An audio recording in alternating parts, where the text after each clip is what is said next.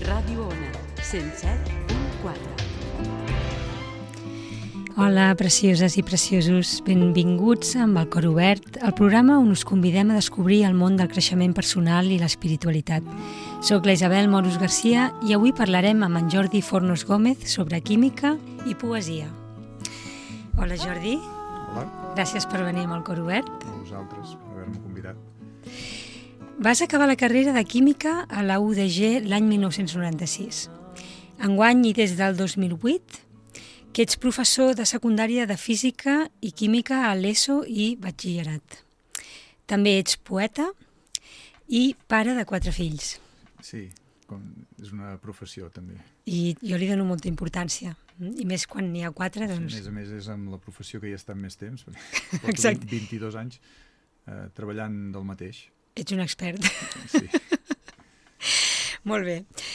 Per començar, tens una anècdota que m'agradaria que compartissis? I tant, i tant. Sí, tinc una vinculació molt especial amb Torelló,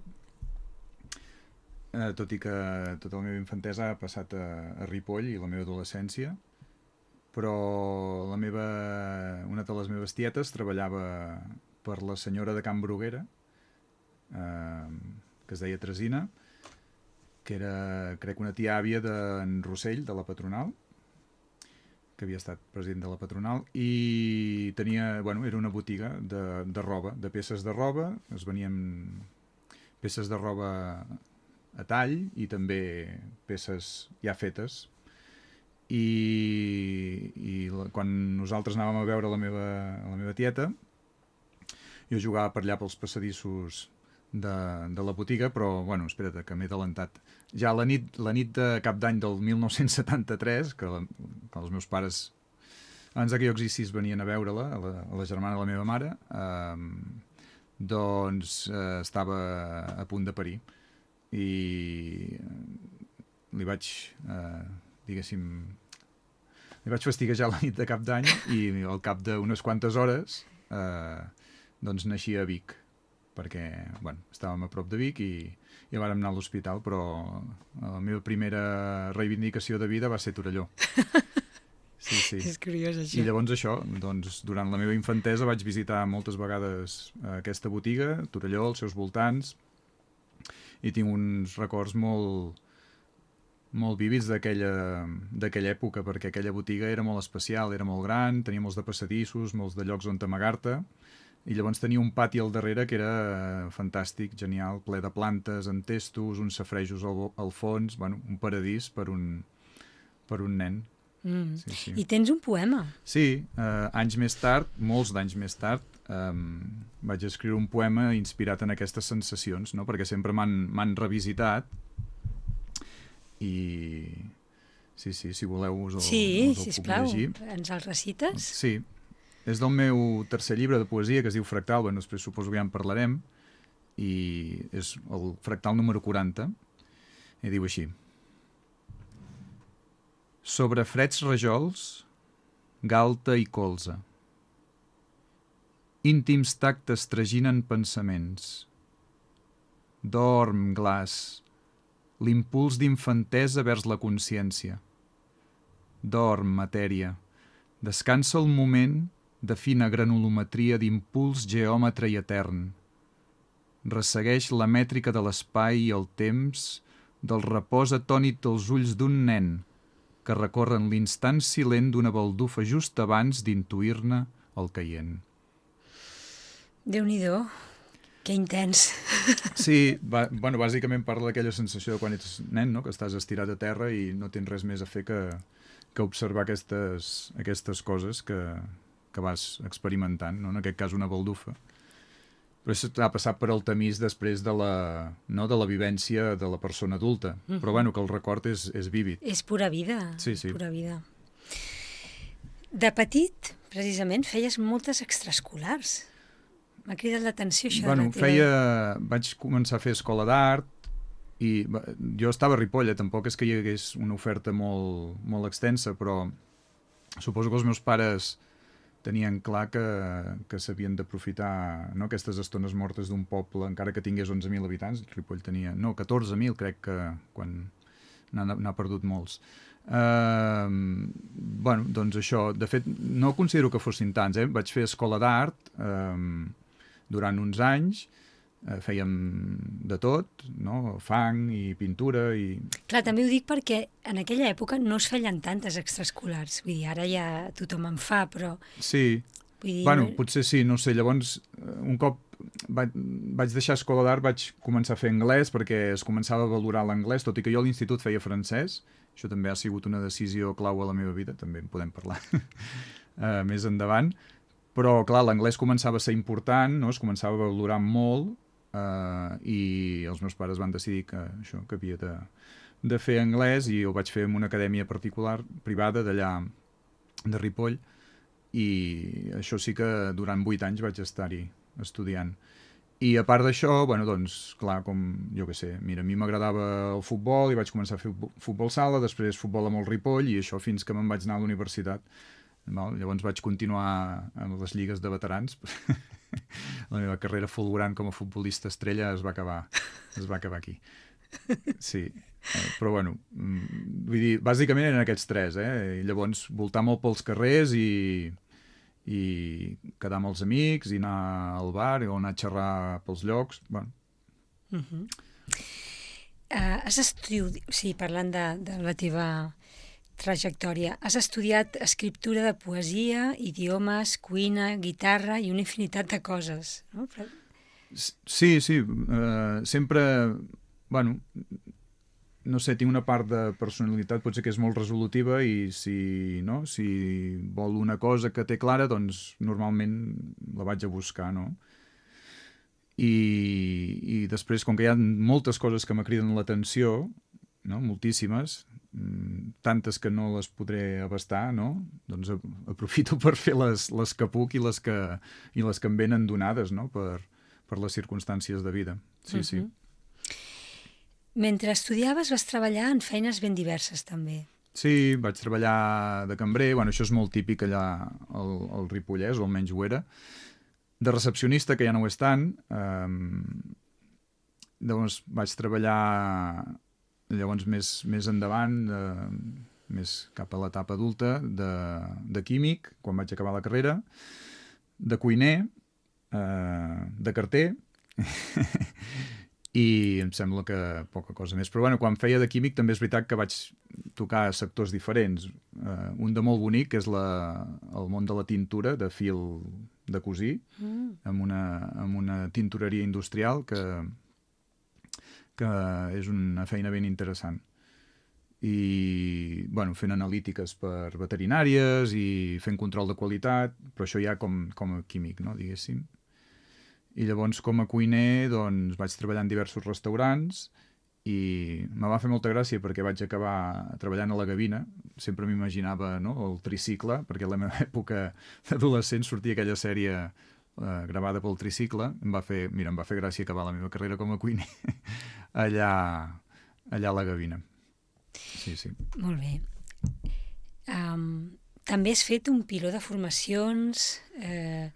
des de la més pràctica fins a la més teòrica? Sí, també ve donat una mica per les feines que he hagut de fer, no? Moltes formacions són formacions tècniques per les meves feines de químic, però després, clar, l'ensenyament, doncs, hi ha molt d'accés a una formació permanent. I després he anat coneguent a gent fora d'aquests circuits, diguéssim, que també m'ha interessat molt i m'he dirigit a ella. Això, per exemple, un dia vaig llegir una contra de l'avantguàrdia d'una senyora que parlava d'un mètode que es diu tomatís i la vaig anar a veure, me va explicar unes coses, després d'aquestes coses, no?, com una mena de jocs de pistes, fins que vaig trobar una persona que me va explicar molt bé com funcionava i me va convidar a fer això, un curs de formació i, bueno, així, coses... No? Han anat així les formacions aquestes com més fora de circuit. Sempre anant a buscar una persona per alguna raó, no?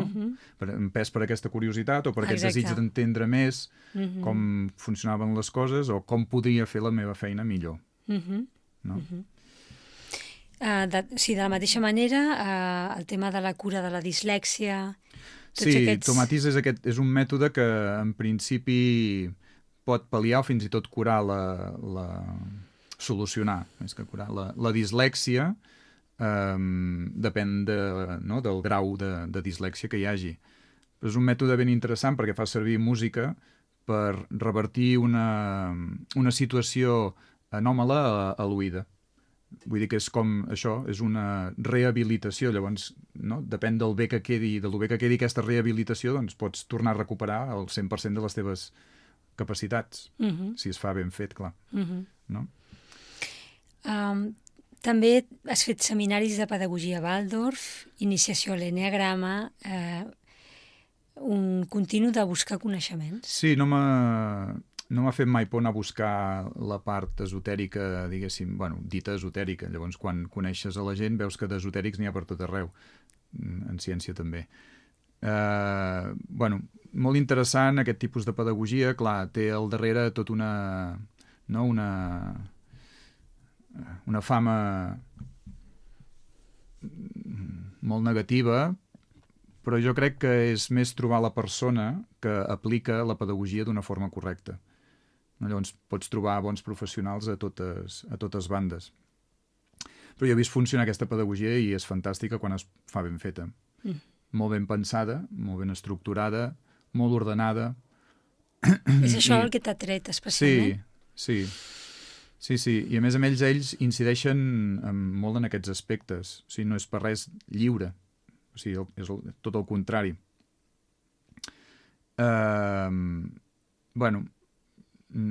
També és veritat que és una pedagogia que no està a l'abast de tothom perquè, clar, de moment, no? és privada i malauradament doncs és potser el que se li pot retreure, no? O no sé qui se li ha de retreure, però en tot cas no arriba més perquè és molt cara, no? de cursar. Però jo he conegut a persones molt interessants dintre d'aquesta pedagogia, ens hem fet amics, continuem parlant, tenen una visió molt oberta del món, molt completa i també tenen coses amb les quals no hi estic d'acord. Vull dir que no és una cosa que... No? Si una cosa té la ciència també, que és la meva formació és la de qüestionar una mica tot el que veus, però tampoc no rebutjar res d'entrada, no? Que em penso que aquí alguns científics s'equivoquen. No? Potser per por, no? O potser per poca paciència o perquè ja en tenen prou amb el que saben, potser. De quina por parles? No, por a qüestionar el que tu t'han inculcat durant 5 anys a la universitat. És una formació molt llarga, durant 5 anys estàs adquirint un pensament, una manera de raonar, no? que té molt de pes, llavors, a la vida del científic, no? Hi ha altres coses que passen al món i que no són només científiques, i al revés, dintre d'aquestes coses tu pots actuar d'una manera molt científica. Penso que de vegades és molt dogmàtica aquesta, no? La ciència, cosa que per definició no pot ser. Llavors, per això, no? Per definició, a mi m'agrada conèixer coses noves, valorar-les i després agafar el que a mi m'aporti alguna cosa que jo amb la que pugui estar d'acord o que pugui pensar que potser té una mena de recorregut per saber més. No? Precisament, trobo que tens una mirada molt particular sobre la química i tenia ganes que ens en parlessis. Serà difícil perquè... Però no impossible. No, impossible no. Teniu 2 hores o 3 de programa. Tenim una estona, però 2 hores no. No, clar, la meva visió de la química, de fet, ha anat com modificant-se, no? Primer vaig sortir de la carrera entenent unes coses i, de fet, l'essència de la química no la vaig entendre fins al cap de molts anys. No sé si això és un procés intern de tothom que surt, no? D'una carrera, però realment entendre els conceptes bàsics de la química per veure com funciona i a partir d'aquí veure que tot l'altre que t'han explicat, tota aquella gran extensió de teoria que t'han explicat, tampoc no calia. No calia en el sentit de que eren potser massa informació, no? Que podies haver deduït tu mateix, no? Es podia haver fet una didàctica diferent. Jo crec que la meva visió de la química també està molt influenciada per la manera com jo me l'he anat explicant a mi mateix i com vull explicar-la amb els meus alumnes ara. No? Perquè és important transmetre una disciplina d'una forma que, clar, això comença a segon d'ESO, i a segon d'ESO no tothom voldrà ser químic, ni tothom voldrà ser de ciències. No? Per tant, com transmets una disciplina eminentment científica amb una persona que vol ser historiadora, o que vol ser literària, o que vol ser mecànic, o que vol ser el que sigui, no? Que no tingui a veure amb les ciències o amb la química directament. Clar, llavors el que has d'explicar és una mica l'essència de la química. Jo el que he trobat com a essència de la química són els conceptes de polaritat, és a dir, la trobada dels oposats, no? Però clar, és complicat, això és com molt simplista, no?, dir-ho així, perquè la cosa és complicada, però en realitat, si partim d'entendre que les reaccions químiques o el canvi químic es dona per la trobada de dos oposats, no? S'entén molt bé que després els humans funcionem com funcionem, perquè si som química al nostre interior, no? Si estem governats, com diuen, no?, tots aquests grans científics que ho han estudiat, estem governats per aquestes reaccions químiques, doncs això vol dir que si la química funciona d'aquesta manera, doncs per què no nosaltres, no? Aquest és un dels conceptes, no? La polaritat és molt important, llavors s'entenen moltes coses, guerra-pau, fosc clar, home-dona, no? Bueno, vull dir, masculinitat-feminitat. És molt més fàcil d'analitzar la realitat complexa a partir d'un concepte senzill, però que que sembla que és cert. I que, a més, altres disciplines també han aportat. No? Llavors veus, home, si els que pensen així ho han dit, si els que pensen d'aquesta altra manera també ho han dit, i jo ho he vist des d'aquest punt de vista, que és el científic, que és el predominant en el món occidental, home, doncs potser que això tingui cert valor per a nosaltres. Aquest és un. Llavors també hi ha el tema de l'ordre i de la jerarquia, no? Tot i que es parli contínuament del caos, no? Bueno, doncs el caos, precisament com a oposat, no? Tindria el no caos o podria ser l'ordre. Però bueno, està clar que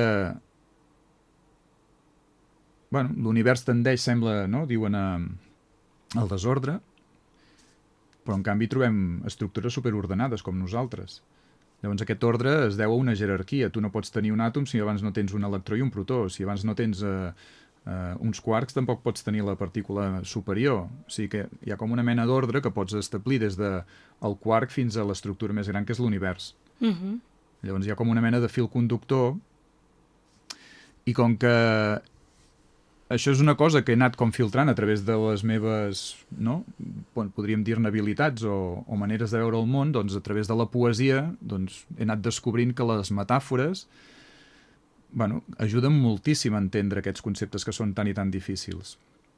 Per tant, si tu ajuntes conceptes senzills amb metàfores potents, no? Potser molta més gent, a aquesta edat que te dic, no? Pot entendre de què va la química, de què els hi parla. Potser poden no veure-la, que no és tan aliena al que ells són. Llavors ja triaran si s'hi volen dedicar o no, però ho decidiran més endavant, a quart d'ESO, no a segon. No? Llavors, bueno... M'ha cridat l'atenció que,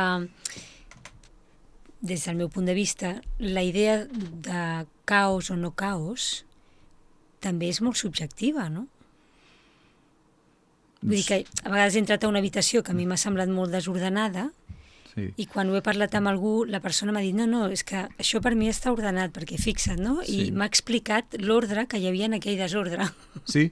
No, clar. Això és una cosa que aquí, bueno, no sé, podríem estar-nos-hi, no? Tota la vida. Però el que sí que és veritat, no? Sobretot quan parles amb els teus fills i et diuen que no, que allò és ordenat. Però bueno, en fi, que hi ha un concepte també, bueno, no un concepte, no? Que una part de la polaritat que s'ha d'entendre, que és que no és una cosa fixa, o sigui, els dos extrems no queden mai fixes en la natura. Tu pots obtenir-los, nosaltres com humans els podem separar, els podem tenir dintre de pots, però la natura no es troben mai separats. Llavors hi ha un trànsit entre els dos pols continu. Clar, jo crec que això és important també d'entendre, que una reacció química és una cosa que es mou contínuament encara que sembli que no ho estigui fent. Precisament quan no es mou és quan desemboca en l'extrem, però aquest extrem potser més endavant desapareixerà, perquè apareixerà l'altre extrem, no? I ja com que el diluirà o es diluiran plegats. Bueno, a mi això m'ajuda molt a entendre, per exemple, no? Aquestes posicions de vegades tan extremistes que ens trobem, no? O sigui, és impossible no tenir-les. O sigui, si vols tenir el trànsit de totes les posicions intermitges has de tenir per força els extrems. Bueno, ajuda a entendre com funciona la vida, com funciona l'economia, com funcionen moltes coses, no? O sigui, el que jo tinc a dintre és com molt més complicat, no? Perquè, clar, jo, a partir d'aquestes premisses he d'anar com reconstruint tota la informació que jo he rebut com a universitari. Però cada cop vaig entenent més coses. Bueno, una altra cosa és, no, transmetre això a uns alumnes, però vull dir que la meva visió de la química està influenciada per tots aquests factors. No és que sigui un catedràtic especialista en saber què és la química, ni molt menys. Però ha sigut un aprenentatge. En base a parlar, a llegir, a contrastar... Bueno, suposo que el que ha de fer un científic. I ara parlaves, no?, dels teus poemes, no?, de com has fusionat, no?, des de la comprensió de la química, no? Sí. La poesia t'ha ajudat a crear aquestes metàfores. Sí. I has publicat escrits i també 3 llibres. L'opi d'un hivern, la densitat del repòs de la cendra i Fractal, que ens has llegit un poema d'aquest últim. Parla'ns una mica d'aquestes obres. Què et ve de gust explicar-nos? Vaig començar a escriure quan era adolescent, però ben bé això, imbuït de l'esperit d'uns quants professors que vaig tenir a l'institut. Clar, no he dit noms de totes les altres coses, però hi ha un piló de persones importants com de nexes de tota aquesta xarxa que jo soc. No? Hi ha un professor en especial que és en Ramon Alabau, que mira, fa poc va venir, després també suposo que en parlarem, a recitar poemes a Olot, ara fa poc, que és una de les persones que més m'ha inflat amb aquest aire de poètic, no?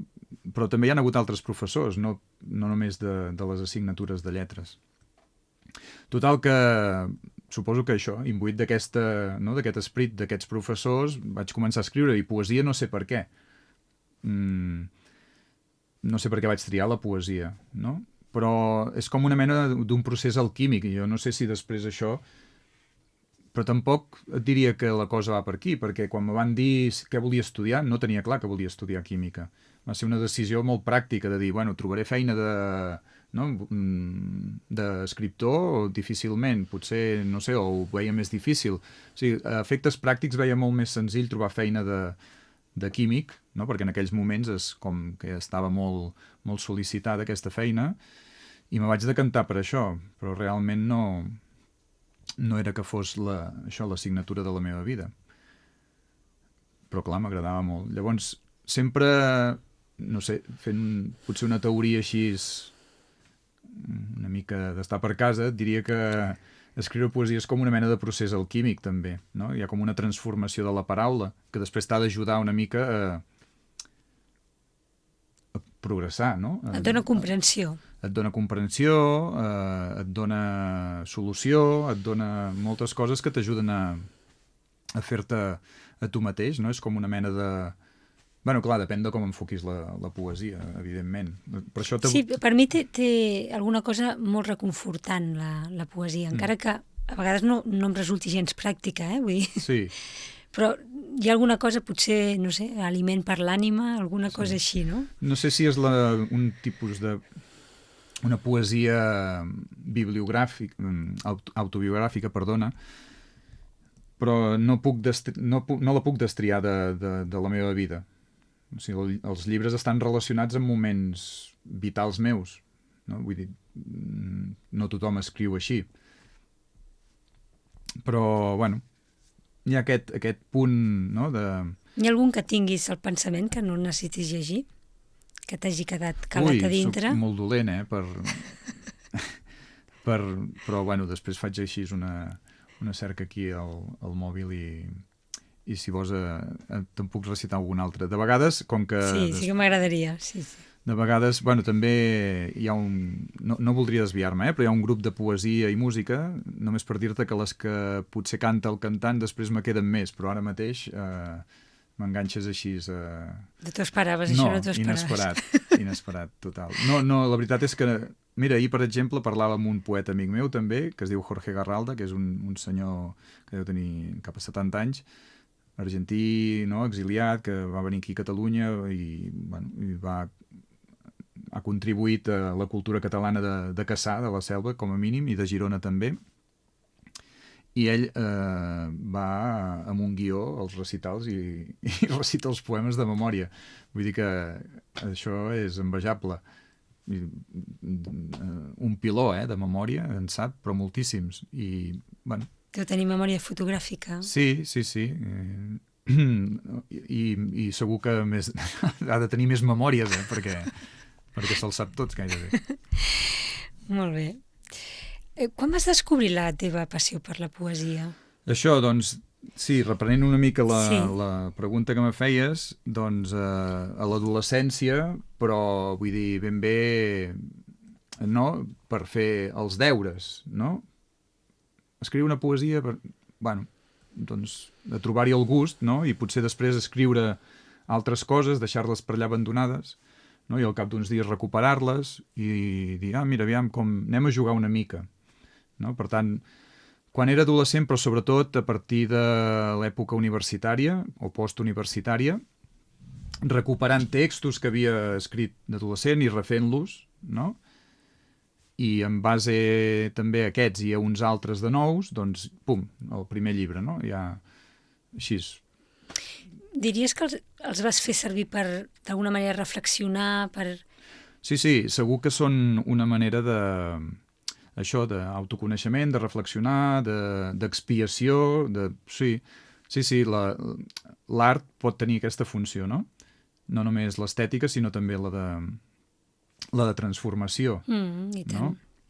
Llavors, per això també m'agrada incorporar les metàfores a la meva docència, no? Per una mica, no, fotre un pessic de transformació, perquè, esclar, no, els alumnes ho estan fent, no? Ens pots dir alguna d'aquestes metàfores, que estic molt encuriosida? Per exemple, segon d'ESO, quan hem de representar la polaritat, els hi faig fer màscares, que estan basades, la decoració de les màscares són màscares de guix, que es fan ells, per parelles, i la decoració de les màscares ha de contemplar tot el que han vist al laboratori en funció de formes i colors, no? La química és molt visual, no? Potser la teniu al cap, no? Fàcilment poden sortir colors si tu fiques un reactiu determinat, doncs ells han de representar aquest concepte a través d'una màscara. Aquesta màscara serveix després per treballar un piló de coses a d'altres assignatures, si és que els professors ho volen aprofitar. Però a mi me serveix perquè ells tinguin un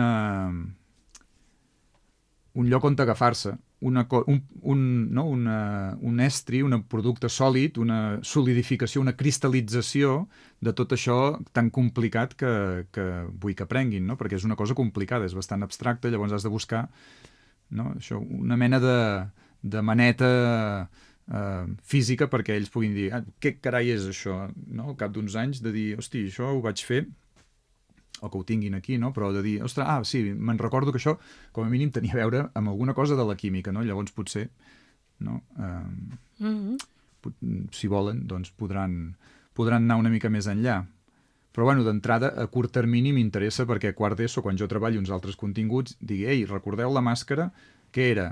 No sé, bueno, sí, la polaritat, no sé què, no sé quantos. Vale, doncs, veieu, això tan complicat? No és tan complicat, perquè és això mateix. Clar, ells tenen un concepte molt senzill a dintre seu i després costa menys de que ho apliquin en una cosa que és molt complexa, no? Perquè és que bàsicament estem fent sempre coses al voltant d'aquests conceptes. Polaritat, ordre, jerarquia... Vale? Es nota la dedicació que hi poses, eh? He après moltíssim. O sigui, ha sigut un procés també de transformació meva. O sigui, això amb ajuda d'algunes persones, no? Anar parlant amb companys i anar buscant la manera de transmetre el millor possible conceptes difícils, no? I organitzant els coneixements d'una manera que me permetin entrar a poc a aquesta disciplina. O sigui, jo he hagut d'aprendre això també, m'ha anat molt bé. Sí, la veritat és que ha sigut un procés de gaudi i espectacular. Llavors, he vist coses d'alumnes que han sigut fantàstiques. Recordo que pel concepte de jerarquia i ordre van fer unes nines russes i quan havien fet la teoria d'àtom, que també és una teoria que se les porta, que és difícil, i es comença a fer segon d'ESO, van haver de decorar aquestes nines russes amb la idea d'àtom, no? Això com de creixement de partícules, i van sortir coses molt excepcionals. Vull dir que estic molt content. Donen ganes d'anar a classe, de veritat t'ho dic. Sí, m'ho diu molta gent que no ha fet química, em diuen, m'agradaria que haguessis sigut professor meu de química. Sí, molta gent que no ha fet ciències. Perquè suposo que quan parlen amb mi entenen molt fàcilment, no? Llavors una altra cosa és quan tu ja entres en la matèria, no? Ara, per exemple, a batxillerat, quan passen els alumnes de lletres, clar, i veuen les pissarres, diuen, no entenc res. Clar, perquè ja queda molt lluny, no? Hosti, començar per això, no? Començar per les coses més abstractes i més a segon d'ESO, per mi no té cap mena de sentit. Perds la meitat de l'alumnat. Però, bueno, anàvem pel primer llibre, no? Sí. És que aquesta si començo a miscel·lània, parlar de... però aquesta miscel·lània et representa, vull dir que... Sí. No, ja és veritat, ja ho he dit jo, que tot això anava... No m'aparteixo amb 3 o 4, no, tot això soc jo, no? Exacte. I a més el que m'agrada també és que vegin les connexions que hi ha amb totes les disciplines, que aquesta és una cosa que s'ha perdut, no? L'especialització ens ha dut a conèixer moltíssim d'una cosa, però gairebé res de tot. No? Que no és una frase meva, és una frase d'un senyor científic que ara no recordo qui és, ja me sap greu, però me va semblar com molt encertat, no? Un especialista és algú que sap molt d'una cosa i res de tot l'altre. Així és dit No, és veritat, pel broc gros. és el que està passant. Però clar, llavors se'ns ha oblidat que hem de parlar més entre nosaltres, no? Entre els especialistes, però és que és difícil, no? Està molt atomitzat tot. Llavors a mi el que m'agrada de l'assignatura és com atomitzar el que pugui dintre del que, no? El que me permeti el que jo he de fer aprendre als alumnes. Però d'aquesta manera, torno a repetir, la gent que no és eminentment científica o que potser no ho serà si de cop i volta veu una cosa que no entén per res, doncs són capaços de potser d'enganxar-se més, no? Aquest tipus de coneixement. Però bueno, ja sapiguem d'entrada que no tothom serà químic, evidentment, no? Bueno, ha sigut un procés molt interessant i realment la feina de professor és una feina, apassionant. Es nota quan parles, que ho vius així. Llavors, anem a aquesta faceta teva artística? Sí, allò... Sí. L'òpid d'hivern, la densitat del repòs de la cendra i fractal, no? Hi ha com una mena de contínum. Són 3 llibres que són com 3 etapes molt marcades de la meva vida. No és que connectin estrictament els uns amb els altres, però sí que hi ha això, una continuïtat, si més no, vital, no? En aquests. I això, i cada cop una cosa com més... També, igual com als instituts, de més concret a més abstracte. El tercer m'ho vaig passar també molt bé perquè els poemes estan escrits amb la successió de Fibonacci. O sigui, la mètrica segueix la successió de Fibonacci, no? Que és la mateixa successió que hi ha en moltes estructures geomètriques de l'univers, de la vida quotidiana, i esclar, i buscant també aquesta cosa fractal, que també és una altra estructura molt important en les nostres vides. Una mica ja és com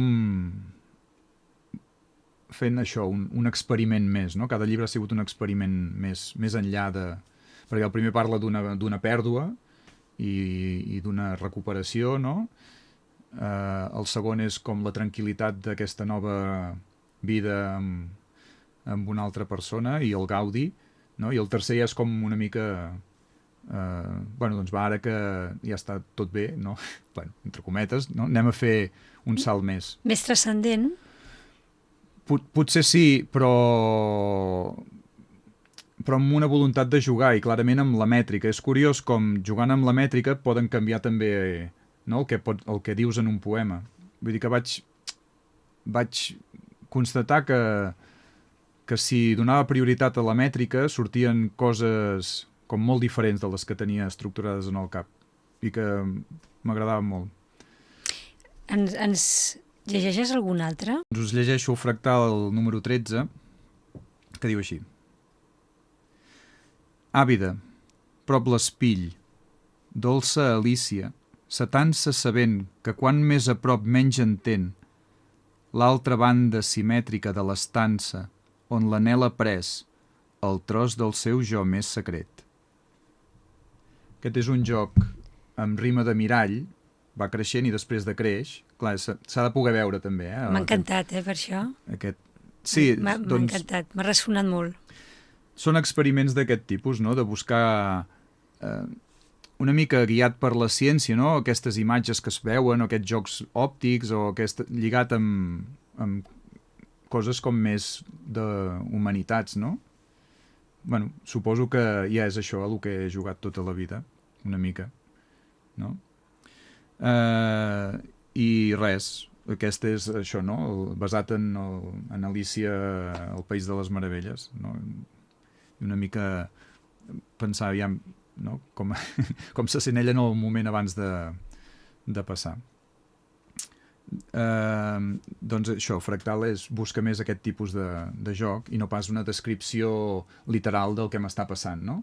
Perquè el segon llibre és molt de paisatges de tot tipus, urbans, paisatges corporals, paisatges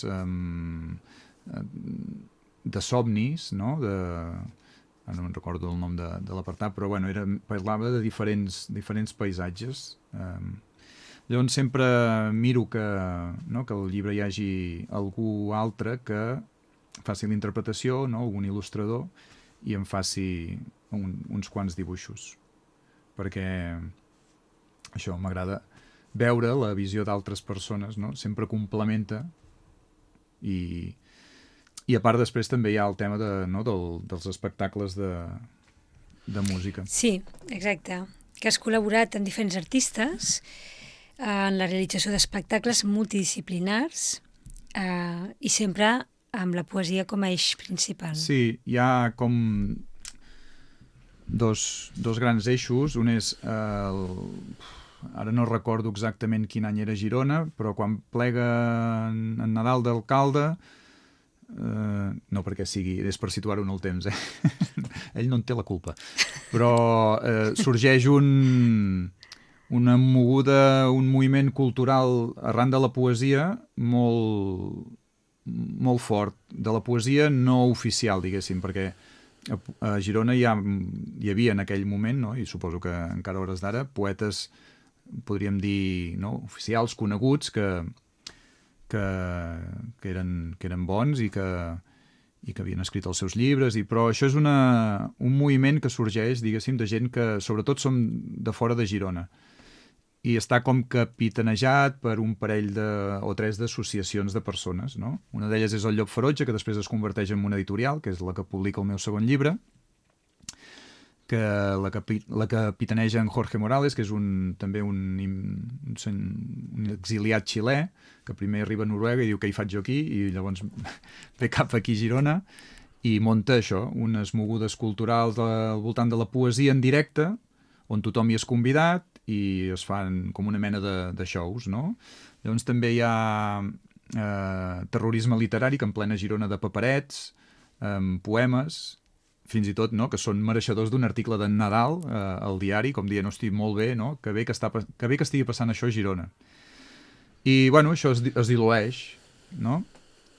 I a dintre d'aquest moviment, que és també estaríem molta estona parlant-ne perquè hi ha molta gent implicada, molts de poetes que van sortint de sota les pedres.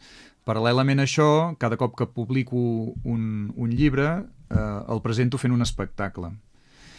I aquest espectacle es dona perquè recupero, diguéssim, el contacte amb un company, amb un amic de tota la vida d'escola, que és músic, i m'engalipa per fer cançons. Ell em fa cançons d'alguns poemes, i un dia per sorpresa m'aporten un bar i li diu a molt del bar: tu, el mes que ve tens lliure aquest diumenge, que vindrem a tocar. I ja està, a partir d'aquí comença una mica el tema dels espectacles. Llavors jo deixo els poemes amb aquest company músic, amb aquest amic músic. Com es diu? Es diu Jordi Ballesteros. Sí, és molt conegut, al Ripollès, i de fet és un músic polifacètic també que té... Això, ha tocat de tot, de tots els estils, i ens entenem molt bé pel que fa a aquesta interpretació, no? Llavors s'hi ajunten també Miquel Grifell, que és un músic també d'allà del Ripollès, que resideix a Ridaura, i que també és un guitarrista molt bo, la Marina Garcia, que canta i també toca percussions. Llavors també de tant en tant apareix això, un artista que, per exemple, pinta, o una artista que dansa, una artista que... I així, no? Es van construint com els espectacles de cada llibre, fins que arriba, no? Com que jo he treballat de cuiner i, doncs, ho tinc molt per mà, se m'acut de portar la cuina a l'espectacle també, no? Llavors hi ha alguns poemes que són pintats, alguns poemes que són cantats i tocats, d'altres que són recitats, i d'altres que són menjats, no? Perquè els cuino allà en directe i sempre pensant, no, un plat expressament per al poema. Com que a part d'anar tenint llibres també vaig tenint fills, no? Cada cop es veu com més reduït, no? Això és molta energia, i llavors el segon espectacle el que fem és muntar 4 parts, no? Pels 4 paisatges, i llavors cada part es comença amb una mena d'aperitiu, no? Per allò, agafem-nos la amb creativitat, diguem, que se t'enfilava cap a una altra banda, no? Sí. Els anys de criança, llavors... Sí, esclar, no. Vaig haver de frenar perquè si no, esclar, evidentment, o te dediques a una cosa o et dediques a l'altra, no? Però realment, no? És buscar això, aquests espectacles, a part de que van començar així, la idea és trobar altres artistes que llegeixin els poemes i en donin la seva versió. Llavors hi ha un treball de dir, aquí us els deixo i ja direu vosaltres, i jo mutis, perquè és clar, si no, quina manera de col·laborar. Però clar, llavors té recompensa això, perquè l'espectacle creix, no? Perquè són 4 veus les que estan allà, no? Una veu que dansa, una veu que canta i toca, i una altra veu que recita, i l'altra que fa la cuina, i quan no hi ha la cuina hi ha una altra cosa, no? Llavors, això ara torna a arrencar una mica. Tinc 2 llibres en preparació i, aquesta vegada no l'he publicat i no el presentarem amb l'espectacle, sinó que l'espectacle ha vingut abans. Llavors la publicació ja vindrà. Però, un espectacle versarà sobre això, un altre esglaó més, no?, en aquesta evolució vital. Hi ha com una cosa molt minimalista, però són uns diàlegs amb Borges, amb Jung, amb Carl Jung i amb Krishnamurti. Vale? Diàlegs vol dir, he llegit unes quantes coses d'aquests autors, m'han cridat l'atenció, he llegit una mica més i dic, calla, que això jo crec que... I pum, escric el poema a partir d'aquí, d'aquests diàlegs. I un altre són haikurismes, que és un haiku amb un aforisme. No? Un aforisme i un haiku que està lligat amb l'aforisme. Llavors són 2 espectacles diferents.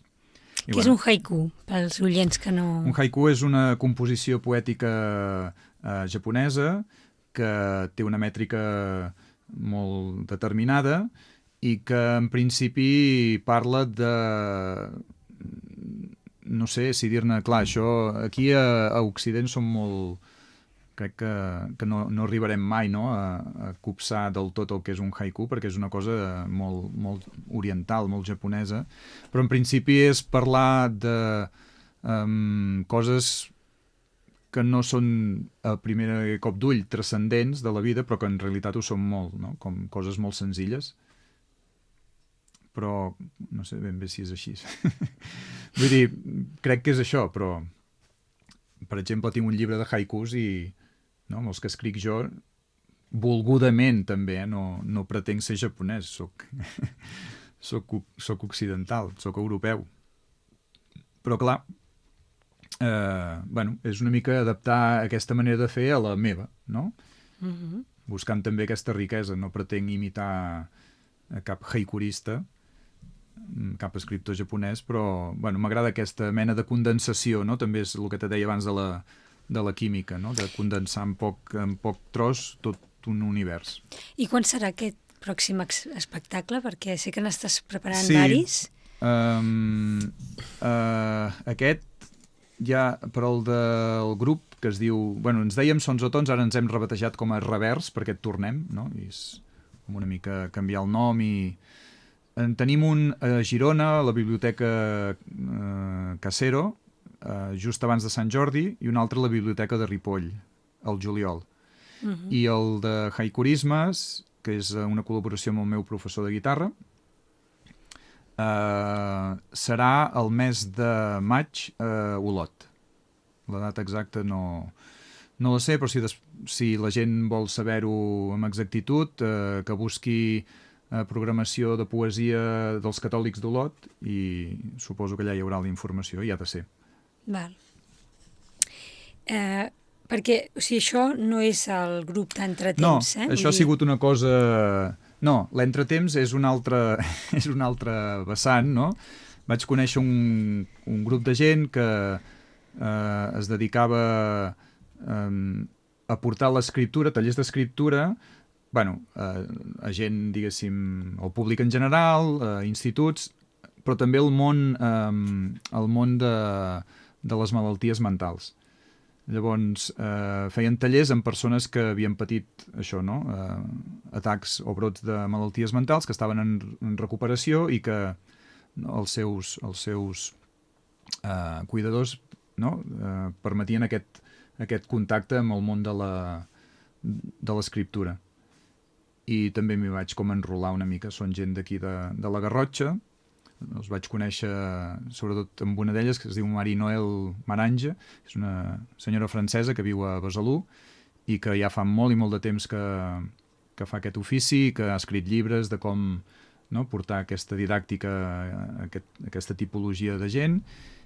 I aquí estem també portant això, doncs, en aquest cas la poesia a centres de recuperació, no? de gent que ha patit trastorns mentals. Molt bonic, la veritat. Sí.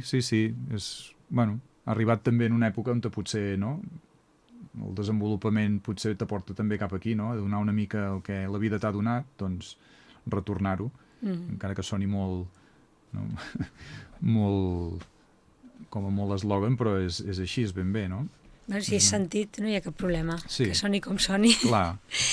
Llavors, I això és una altra cosa. Llavors exacte. El que deia d'aquests espectacles, no els del grup Revers, sinó aquest altre vessant amb el meu professor de guitarra, en aquest cas, forma part d'una programació de poesia estable a Olot.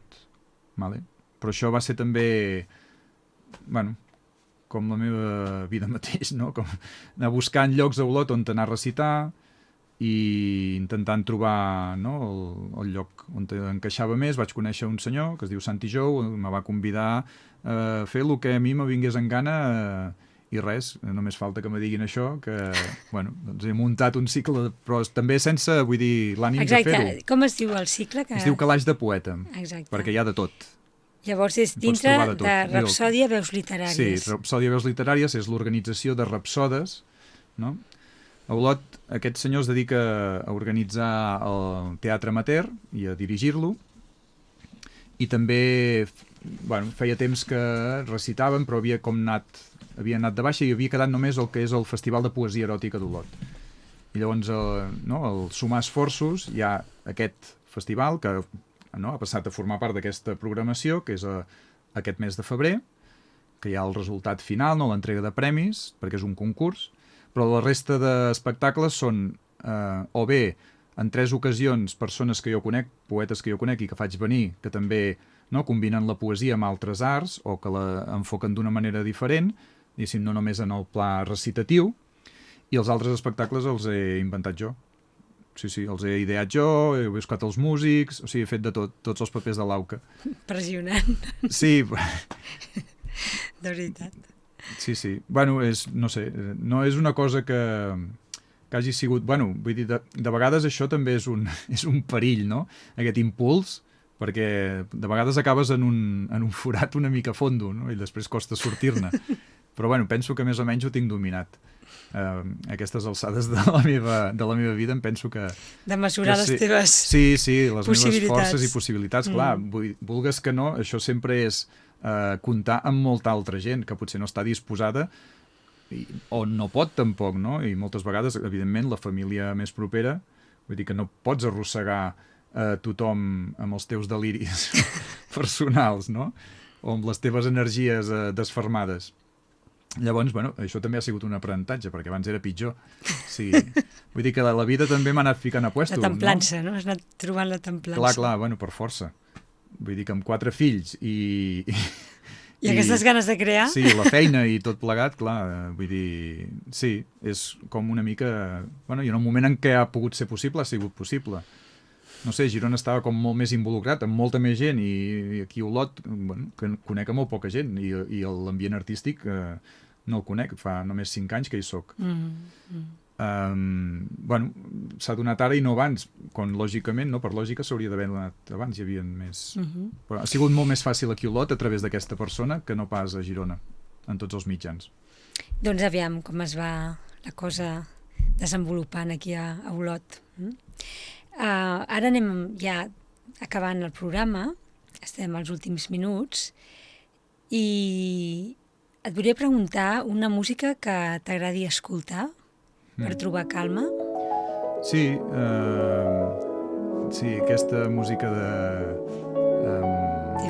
Debussy me va molt bé perquè t'aporta a un lloc bastant lluny de tot el brugit i... Permet somiar també, no?, aquesta música. Somiar, sí, o tan sols, no sé, respirar i gaudir. Sí, de vegades el cap se'n va i... Deixa divagar, no? És una música que et deixa divagar. Sí, divagar, desconnectar. També hi ha els grups de rock progressiu, aquestes bandes de grups dels Estats Units que feien rock experimental, progressiu, també tenen aquest punt de... Ara toco una petita melodia i després me'n vaig i tots els instrumentistes estan com en comunió. Aquest tipus de música també m'agrada molt, però Debussy és... Doncs aquesta precisament és Arabesc número 1, per si algun oient se la vol posar a casa. I digues un moment a la teva vida on et recordis amb el cor obert. Imagino que quan escrius poesia, no? Sí, quan escric o quan estic a dalt l'escenari també, perquè sí, gaudeixo moltíssim. I és això, no?, com potser el meu element com més... Tot i que en tinc uns quants d'elements, no?, però potser l'element on s'ajunta potser tot. Després també hi ha hagut, clar, el naixement dels meus 4 fills també ha sigut un moment amb el cor molt obert, sí. I la criança, evidentment, no? Però, clar, moments així, no? Hi ha... Sí, molts, no? Però especialment potser aquests, almenys que me vinguin així ara al cap, aquests, sí. Molt bé. Doncs això és tot per avui. T'ha passat ràpid a aquesta hora? Sí, m'ha passat molt ràpid. T'he vist molt a gust. Sí, no, i tant. Sí. Espero que que haguem parlat realment del que sabia parlar, no? Que era Sí, a mi m'ha encantat tenir-te aquí, Poesia i amb química. tot el que ens has compartit, amb tantes coses interessants que ens has explicat. I bé, si voleu veure l'entrevista i també les anteriors, podeu visitar el meu canal de YouTube, que porta el meu nom, Isabel Mous Garcia, i res més, us desitjo a totes i tots un cor ben obert.